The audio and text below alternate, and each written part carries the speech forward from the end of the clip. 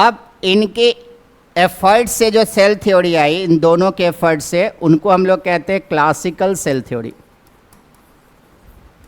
तो एग्जाम में आएगा classical cell theory describe by, तो आप दोनों साइंटिस्ट जाएंगे, सीडेन भी और स्वान भी।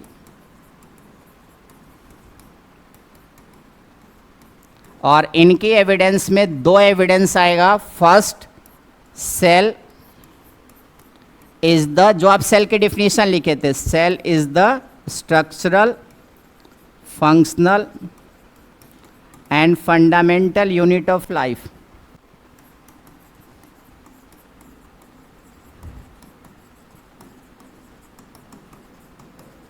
और दूसरे एविडेंस क्या आएंगे, ऑर्गेनिज्म आर प्रोडक्ट ऑफ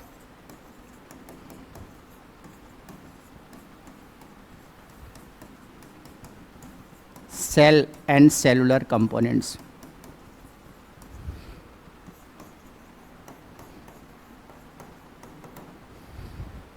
तो ऑर्गेनिज्म क्या होते हैं, किसके प्रोडक्ट होते हैं, सेल और सेलुलर कंपोनेंट्स के।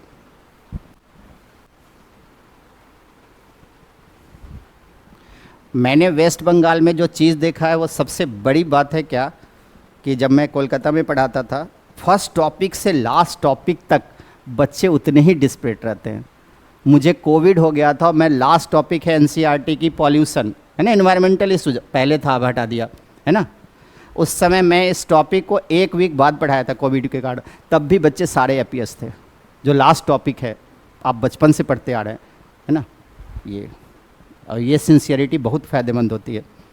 अगर आप फर्स्ट से लास्ट तक उसी टेम्परामेंट से पढ़ेंगे, वो लास्ट टॉपिक है ना, 12th के बुक की सबसे लास्ट टॉपिक है एनवायरमेंटल इशू, तो लिविंग वर्ल्ड से लेकर एनवायरमेंटल इशू तक आपकी अगर टेम्परामेंट सेम रहेगी तो क्वेश्चन तो उससे भी पूछे जाते थे, अब ना हटा दिया उसको, अभी भी बायोडाइवर्सिटी है उससे क्वेश्चन आते हैं, है ना।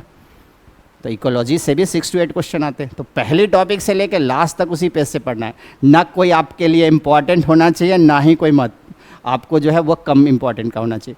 क्वेश्चन आपको लिविंग वर्ल्ड से भी आएंगे, क्वेश्चन बायोडाइवर्सिटी से भी आएगा, एनवायरमेंटल से, तो लास्ट तक भी उतना ही आपको अच्छे से पढ़ना है। ऐसा नहीं रहना चाहिए कि मैं ये टॉपिक मेरा अच्छा है, ये टॉपिक ख़राब है, ऐसा होना ही नहीं चाहिए। किसी दुकान वाले से कहिएगा कि अपने पसंद का कपड़ा निकाल दे, तो वो निकाल पाएंगे नहीं।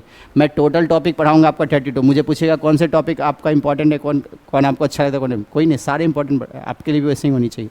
हर टॉपिक उतने ही इंपॉर्टेंट है। सबसे क्वेश्चन आते हैं, कैसे कह सकते हैं आपको कि कोई इंटरेस्टिंग है कोई नहीं, कैसे? आपके पास ऑप्शन ही नहीं है। ऐसा कोई ऑप्शन है कि कोई टॉपिक छोड़ के चले जाए, लिविंग वर्ल्ड बिना पढ़े हुए चले जाए, काम चल जाएगा? नहीं। तो फिर तो हर टॉपिक से क्वेश्चन आते हैं, तो आपके लिए सारे टॉपिक इक्वल होना चाहिए। कितनी पढ़नी है, बस जितनी बताई जा रही है। क्लियर? अब पूछा जाएगा यहाँ क्लासिकल सेल थ्योरी से क्या होगा। क्लासिकल सेल थ्योरी की एक चीज़ यहाँ डिस्क्राइब नहीं थी, वो कौन सी है? इसकी लिमिटेशन। बताइए क्या यहाँ क्लियर नहीं था? ऑरिजिन ऑफ सेल, ये नहीं बताया गया कैसे सेल बनेंगे आपको। तो पूछा जाएगा क्लासिकल सेल थ्योरी की लिमिटेशन क्या है? Origin of cell not clear.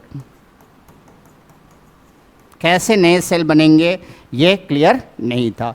और इसके लिए एक फेमस साइंटिस्ट आप यूज करते हैं, कौन से बताइए? Rudolf virtue. इनकी स्टेटमेंट आती है ओमिनिस सेलुला ए सेलुला, मतलब a cell arises from its preexisting one. तो पूछा जाएगा जो क्लासिकल सेल थ्योरी आई उसमें क्या नहीं डिस्क्राइब किया गया था, तो आपका आंसर होगा origin of cell not clear. Origin of cell को किसने बताई? तो आप साइंटिस्ट का नाम क्या लिखेंगे? Rudolf virtue. ये लाइन हो गया क्लियर ना?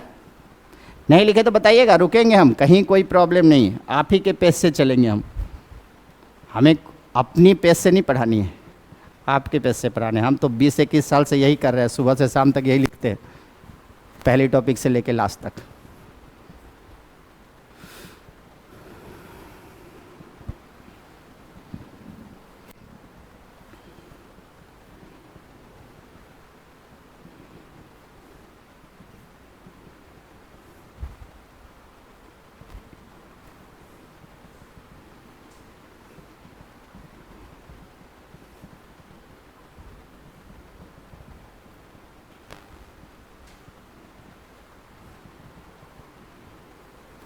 क्लियर? चलिए अब नेक्स्ट आइए। अब आप बताइए रुडोल्फ वर्च्यू के स्टेटमेंट क्या होगा? तो आप सभी को पता है इनके स्टेटमेंट क्या होंगे? रुडोल्फ वर्च्यू के स्टेटमेंट है, आप उसी फॉर्म में लिखेंगे जैसा एनसीईआरटी ने लिखा है, ओमिनिस सेलुला ए सेलुला। और इसको हम अपनी लैंग्वेज में अगर बच्चे इलेबरेट करें तो क्या होगा, each cell arises from its pre-existing one।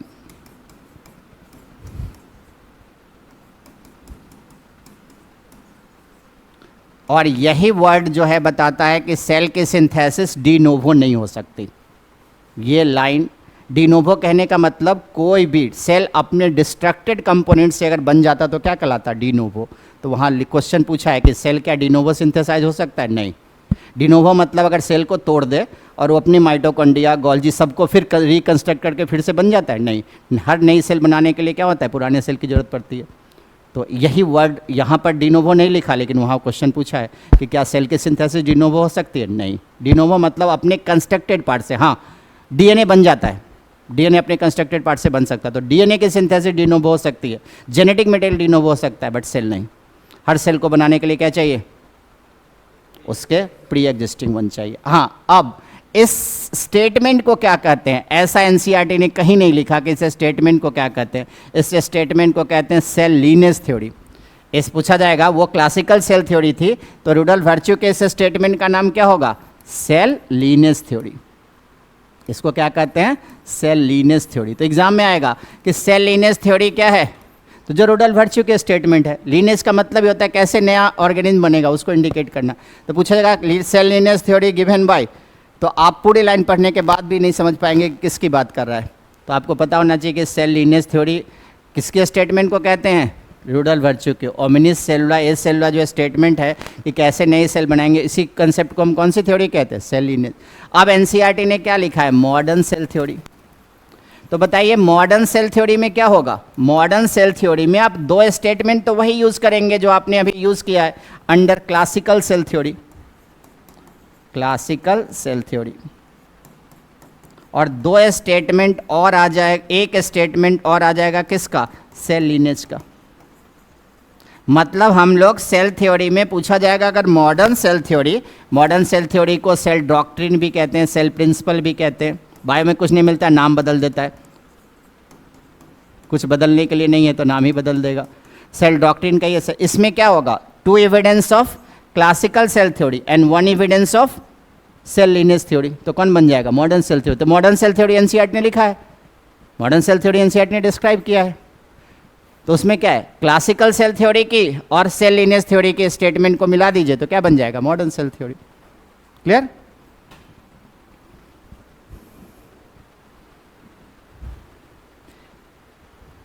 अब एक नॉर्मल क्वेश्चन, कौन कौन से ऑर्गेनिज्म सेल थ्योरी के एक्सेप्शन हैं। ऐसा एनसीईआरटी ने नहीं लिखा है, लेकिन पूछा जाता है कि सेल थ्योरी का एक्सेप्शन कौन कौन से।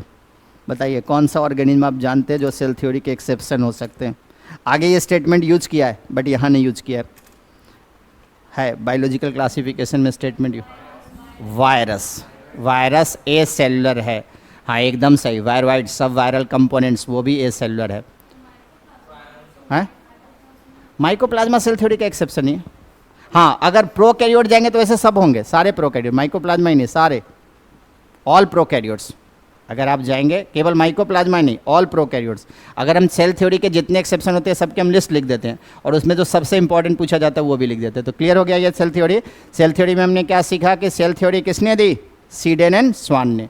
और उसमें एक करेक्शन सीखा कि पहले आपको जो ये करेक्शन तो आ गया होगा, आपको मिला भी होगा, नहीं मिला ये करेक्शन 2025 की जो 5 करेक्शन हुई है उसकी तो लिस्ट पूरे मार्केट में सर्कुलेट है। आपको ही मिले होंगे 5 करेक्शन जो 2025 में किया है, वो 5-6 करेक्शन जो किया है ना पूरी बायो में, तो उसमें ये करेक्शन भी है कि आपको सीडेन को अब तो पहले से ही जर्मन बॉटनिस्ट मानते थे, अब स्वान को क्या मानना है, जर्मन जोलॉजिस्ट, ना कि ब्रिटिश जोलॉजिस्ट। क्लियर हो गया यहाँ तक। अब सेल थ्योरी का एक्सेप्शन देखिए, पूछेगा exception of cell theory, exception of cell theory. अब सेल थ्योरी के क्या क्या एक्सेप्शन हो सकते हैं, तो 90% पॉसिबिलिटी है बच्चे क्वेश्चन आए वायरस एंड सब वायरल कंपोनेंट। ये एनसीईआरटी ने वहाँ लिखा है इसलिए यहाँ पर हम लिख रहे हैं। जो पूरी बायोलॉजी में कहीं भी यूज़ हुआ है वो हम यहाँ बता रहे हैं। वहाँ पढ़ेंगे तो वहाँ एनसीईआरटी ने बायोलॉजिकल क्लासिफिकेशन में यही लिखा है, एक्सेप्शन ऑफ 5 किंगडम, उसमें ये सारे लिखे हैं। और ये एक्सेप्शन ऑफ सेल थ्योरी भी होगा। कौन सा? वायरस और subviral component. Subviral components में 2 अपने पास सिलेबस में है, कौन कौन? One is viroids, other prion. ये 2 है ना। होता है वायरोसाइड्स भी है बट उस सिलेबस में नहीं है, तो वायरवाइड्स और प्रियॉन। वायरस एक्सेप्शन क्यों है? क्योंकि यहाँ पढ़ते हैं ये ए सेलुलर है। कैसा है? ए सेलुलर। ए सेलुलर कहने का मतलब ए जहाँ बायो में आता है, इसका मतलब क्या होता है? एब्सेंट, मतलब सेलुलर ऑर्गेनाइजेशन है ही नहीं। वायरस के पास प्रोटोप्लाज्म होता ही नहीं। वायरस पूरे डिटेल में आप वहाँ पढ़ते हैं बट वायरस को हम यहाँ नहीं पढ़ेंगे, बस यहाँ पर नाम लिखेंगे। वायरस पूरी 2 क्लास आप पढ़ेंगे पूरी डिटेल में, क्योंकि एनसीईआरटी ने बायोलॉजिकल क्लासिफिकेशन में दिया है। तो वायरस के और सब वायरल कंपोनेंट किसका एक्सेप्शन है? सेल थ्योरी का। दूसरा बताइएगा, सेल थ्योरी का एक्सेप्शन में कौन आएगा? All prokaryotes. क्योंकि प्रोकैरियोट्स अभी देखेंगे इसके पास प्रिमिटिव न्यूक्लियस होते हैं। तो प्रिमिटिव न्यूक्लियस होंगे तो ना तो इसके पास न्यूक्लियर मेम्ब्रेन होगा ना ही न्यूक्लियोलस, तो इसमें न्यूक्लियोप्लाज्म और साइटोप्लाज्म में कोई डिफ्रेंसिएशन होता नहीं। तो प्रोटोप्लाज्म क्लियर कट डिफ्रेंशिएट नहीं होता किसमें? All prokaryotes. कोई भी प्रोकैरियोट्स बोलिए। बैक्टीरियल्स प्रोकैरियोट्स में 4 ही मेंबर एनसीईआरटी ने लिखा है, बैक्टीरिया, बीजीए, माइकोप्लाज्मा और पीपीएलओ। दोनों सेम ही चीज़ है। एंड वहाँ पर आपको लिख दिया है, उसको और वर्ड है, वहाँ पे भी करेक्शन की जरूरत है। तो पूछा जाएगा all prokaryotes are exception of cell theory. 4 ही प्रोकैरियोट्स आपको एनसीईआरटी ने लिखा है। वन इज बैक्टीरिया, दूसरा क्या लिखा है? बीजीए, तीसरा लिखा है माइकोप्लाज्मा, और यहाँ पर गलती से लिख दिया एंड पीपीएलओ, मतलब माइकोप्लाज्मा अलग और पीपीएलओ अलग नहीं। पीपीएलओ क्या है? प्लूरोनिमोनिया लाइक ऑर्गेनिज्म, मतलब माइकोप्लाज्मा कॉजिंग निमोनिया, तो निमोनिया ही है। हाँ, ऑल ई न्यूक्लिएटेड। ई न्यूक्लिएटेड आगे सेल में पढ़ना है। 2 ई न्यूक्लिएटेड बताया है, बताइए। ऑल ई न्यूक्लिएटेड सेल, कौन से 2 ई न्यूक्लिएटेड है जिसके पास न्यूक्लियस नहीं होगी? वो भी प्रोटोप्लाज्म किस थ्योरी को आपको सेटिस्फाई नहीं करेगा? बताइए कौन से 2 सेल पढ़ने हैं आगे न्यूक्लियस में? हाँ, एकदम सही, मैच्योर आरबीसी। मैच्योर आरबीसी के पास न्यूक्लियस होती है। रेटिकुलर साइड स्टेज में डेवलपमेंट के समय हम लोग पढ़ेंगे कि वो न्यूक्लियस हटा देता है ना। हाँ बोलिए। प्लेटलेट्स का यहाँ मेंशन नहीं किया है, 2 ही लिखा है, एक लिखा है प्लेटलेट्स के पास होते हैं न्यूक्लियस। मैच्योर आरबीसी और मैच्योर सीव ट्यूब लिखा है, 2 ही सेल लिखा है, एक मैच्योर आरबीसी, दूसरा mature sieve tube. Sieve tube हम लोग कहाँ पढ़ते हैं? जब फ्लोएम पढ़ते हैं आप। फ्लोएम में sieve tube, companion cell, phloem fibre, phloem parenchyma तो पढ़ते हैं। मैच्योर सीव ट्यूब के पास न्यूक्लियस नहीं होता, उसकी मेटाबॉलिक एक्टिविटी को कौन रेगुलेट करता है? Companion cell. तो पूछा जाएगा इसमें मैच्योर आरबीसी और मैच्योर कौन सा हो जाएगा? Mature sieve tube. ये 2 नाम लिखा है। और जितने भी मल्टी न्यूक्लिएट है ये भी एक्सेप्शन हो जाएगा। मल्टी न्यूक्लिएट में भी प्रोटोप्लाज्म की थ्योरी जो है वो सेटिस्फाई नहीं होगी फुल्ली। मल्टी न्यूक्लिएट आप पढ़ते हैं ओप्लिना, आप फंगस में पढ़ते हैं Rhizopus, Albugo, Mucor. All Phycomycetes are accepted, Rhizopus, Albugo, Mucor. तो बताइए सेल थ्योरी में इससे ज़्यादा कोई इन्फॉर्मेशन पढ़नी नहीं है, इतनी बातें अगर याद, और इसमें भी 90% पॉसिबिलिटी है यही ऑप्शन जब भी आता है तो वायरस और सब वायरल कंपोनेंट्स याद है। क्योंकि एनसीईआरटी ने वहाँ पर वायरस के लिए वर्ड यूज़ किया कि वायरस ए सेलुलर है, ऑब्लिगेट पैरासाइट है। तो ए सेलुलर पूछेगा तो सेल थ्योरी का एक्सेप्शन कौन है? वायरस। तो ये क्वेश्चन आपको यहाँ पूछा जाएगा कि which of the following is an exception of cell theory. तो ये सारे हैं बट 90% पॉसिबिलिटी कौन से ऑप्शन पूछने की है? वायरस।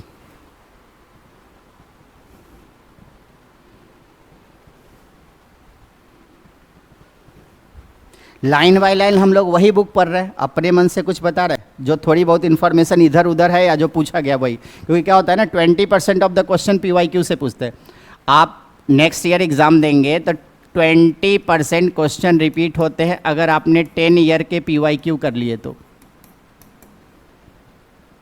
2026 में देंगे तो 2016 से PYQ बनाना पड़ेगा, उससे पहले का PYQ आपके लिए कोई काम का नहीं है, वो कम इम्पॉर्टेंट है। लेकिन 10 ईयर के PYQ कर लीजिए, फिजिक्स, केमिस्ट्री, बायोलॉजी में क्वेश्चन एज यूजुअल रिपीट होते हैं। कभी कभी तो सक्सेसिव ईयर में 2-3 क्वेश्चन रिपीट हो जाता है। तो PYQ करना कितना है? 10 year, 20 year, 30 year, 34 year IIT के लिए होता है। नीट बस 10 साल का। नीट 2013 में इंट्रोड्यूस ही हुआ है, इससे पहले स्टेट PMT होते थे, AI PMT होती थी, नीट नहीं होते थे। नीट कब आया है? 2013 में। तो नीट की अपनी ऑरिजिन 2013 की है ना। तो आप PYQ क्यों करने जाएंगे 20 ईयर का 30, है ना।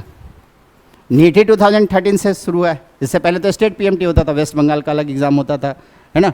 एक कॉमन एग्ज़ाम होते थे AIPMT में, जिसमें 15% सीट अलॉट होते थे हर स्टेट में, है ना, उस कोटा से।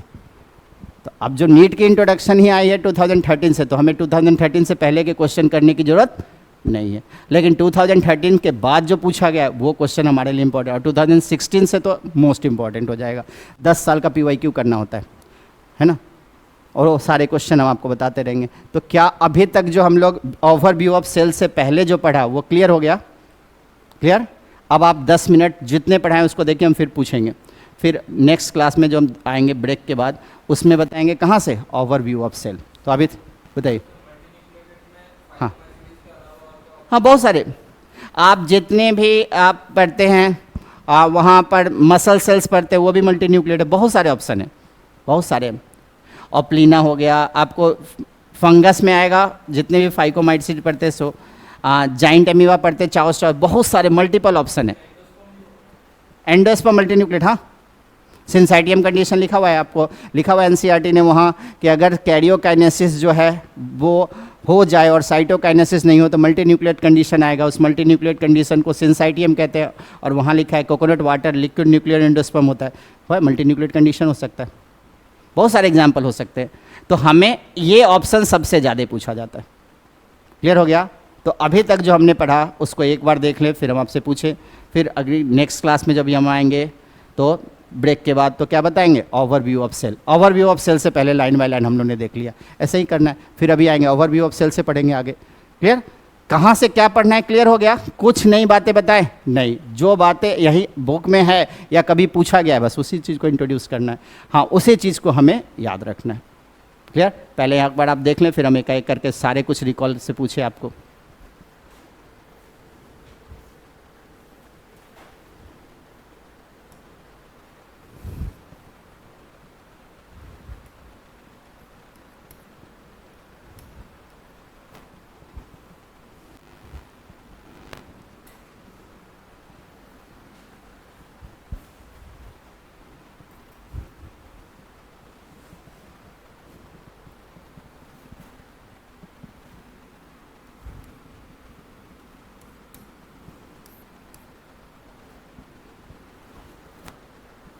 चलिए, रिकॉल कर लिए, अब पूछे। चलिए बताइए, रिडक्शनिस्ट बायोलॉजी कौन होगी? जिस to study physiochemical approach of biology. बस उसके बाद उस लाइन को ही नहीं पढ़ना है। अब रामचंद्रन से बताइए, रामचंद्रन डिस्क्राइब। पूछा जाएगा रामचंद्रन प्लॉट डिस्क्राइब विच, तो कन्फॉर्मेशनल चेंज ऑफ प्रोटीन। पूछा जाएगा Ramachandran influence by Linus Pauling. पूछा जाएगा Linus Pauling describe which to structure, alpha helix और बीटा सीट। पूछा जाएगा Ramachandran describe which structure, triple helical structure of collagen. इसके अलावा कुछ पूछा ही नहीं जाता है। कोलाजन मोस्ट अबंडेंट प्रोटीन है एनिमल्स का, most abundant protein of biological world पूछा जाए तो रिविस्को। अब आइए, लिविंग और नॉन लिविंग को डिफ्रेंशिएट करने के लिए एक बेसिक यूनिट की रिक्वायरमेंट होती है। उस बेसिक यूनिट को क्या कहते हैं? Cell. Anything less than cell can't exist in nature, या इससे छोटी यूनिट नेचर में नहीं मिलते। आपसे पूछा जाएगा first cell observe by Robert Hooke. Robert Hooke observe cell in thin slice of cork, और ये डेड सेल था। तो first cell observe by, first cell wall observe by कौन जाइएगा? और first cell membrane observe by Schwann. समझ रहे हैं कहाँ से क्वेश्चन आता है, बस उसी को अलग करना है। पूछा जाएगा first living cell observe by, कौन सा जाएंगे? लीवेनहुक। पूछा जाएगा फर्स्ट आपको लीवेनहुक ऑब्जर्व विच 4 सेल, कौन कौन जाएंगे? Bacterial cell, protozoa, RBC, spermatozoa. Nucleus first discovered by Robert Brown, and study of cell became easier after discovery of electron microscope. पूछा जाएगा सेल थ्योरी से रिलेटेड क्वेश्चन, सीडेन क्या थे? German botanist. स्वान आप German zoologist याद रखना है। इनके स्टेटमेंट प्लांट से रिलेटेड ही, तो all plants are made up of cell. इनकी हाइपोथेसिस में all plants and animals are made up of cell and cellular product, और ये बेसिक डिफरेंस बताया कि प्लांट सेल डिफर होता है एनिमल सेल में in having cell wall. Plant cell के पास सेल वॉल होगा outermost covering, animal cell के पास सेल मेम्ब्रेन। क्लियर। अब एग्जाम में आएगा आपको क्या कि क्लासिकल सेल थ्योरी किसने दी, तो कौन सा साइंटिस्ट जाएंगे, क्लासिकल सेल थ्योरी में दोनों आएगी, और क्लासिकल सेल थ्योरी में दो स्टेटमेंट क्या आएगा, cell is the structural functional and fundamental unit of life and organism are product of cell and cellular components. Clear हो गया। पूछा जाएगा limitation of classical cell theory क्या होगी, origin of cell not clear. Origin of cell को किसने बताई, Rudolf virtue ने, और इनके स्टेटमेंट को हम कौन सी थ्योरी कहते हैं, नहीं, इनके स्टेटमेंट को हमने पढ़ा हम सेल लीनेज थ्योरी कहते हैं। और मॉडर्न सेल थ्योरी में दो चीज़ मिला दीजिएगा, एक क्लासिकल सेल थ्योरी के स्टेटमेंट और दूसरा सेल लीनेज थ्योरी। अब पूछा जाएगा सेल थ्योरी का एक्सेप्शन कौन होगा, तो ऑप्शन कौन सा जाएंगे, एक्सेप्शन हो जाएंगे वायरस। वायरस सेल थ्योरी का एक्सेप्शन है, और सब वायरल कंपोनेंट्स। क्यों, क्योंकि ये एसेलुलर है, एसेलुलर मतलब उसमें सेलुलर ऑर्गेनाइजेशन नहीं है। पूछा जाएगा ऑल प्रोकैरियोटिक ऑर्गेनिज्म, माइकोप्लाज्मा नहीं, केवल सेल वॉल नहीं होते इसके कारण, ऑल प्रोकैरियोटिक ऑर्गेनिज्म और ऑल इन्यूक्लिएटेड। दो इन्यूक्लिएटेड सेल पढ़ना है, एक मैच्योर आरबीसी एक मैच्योर सीव ट्यूब। आप क्योंकि प्रोटोप्लाज्म जब आगे पढ़ेंगे ओवरव्यू में हम बताएंगे, प्रोटोप्लाज्म का मतलब क्या होता है, न्यूक्लियस प्लस साइटोप्लाज्म। तो जहाँ भी प्रोटोप्लाज्म नहीं है, प्रोटोप्लाज्म को फिजिकल बेसिस ऑफ लाइफ कहा जाता है, प्रोटोप्लाज्म नहीं, प्रोटोप्लाज्म के अराउंड ही मेम्ब्रेनस कवरिंग होता है तो सेल बनता है। तो प्रोटोप्लाज्म जहाँ भी क्राइटेरिया सेटिस्फाई नहीं होगी, सब एक्सेप्शन होगी। वायरस के पास प्रोटोप्लाज्म नहीं होता, तभी तो उसको हम सेल थ्योरी का एक्सेप्शन मानते हैं। सब वायरल कंपोनेंट्स भी पढ़ते हैं, वो भी सेल थ्योरी का एक्सेप्शन होता है। आपको प्रोकैरियोट्स के पास क्या होता है, आगे पढ़ेंगे, इसके पास न्यूक्लियर मेम्ब्रेन नहीं होता, तो बाउंड्री ही नहीं होगी जो डिफ्रेंशिएट करेगी न्यूक्लियस और साइटोप्लाज्म में। तो न्यूक्लियोप्लाज्म और साइटोप्लाज्म को डिफ्रेंशिएट करने वाली बाउंड्री ही नहीं है।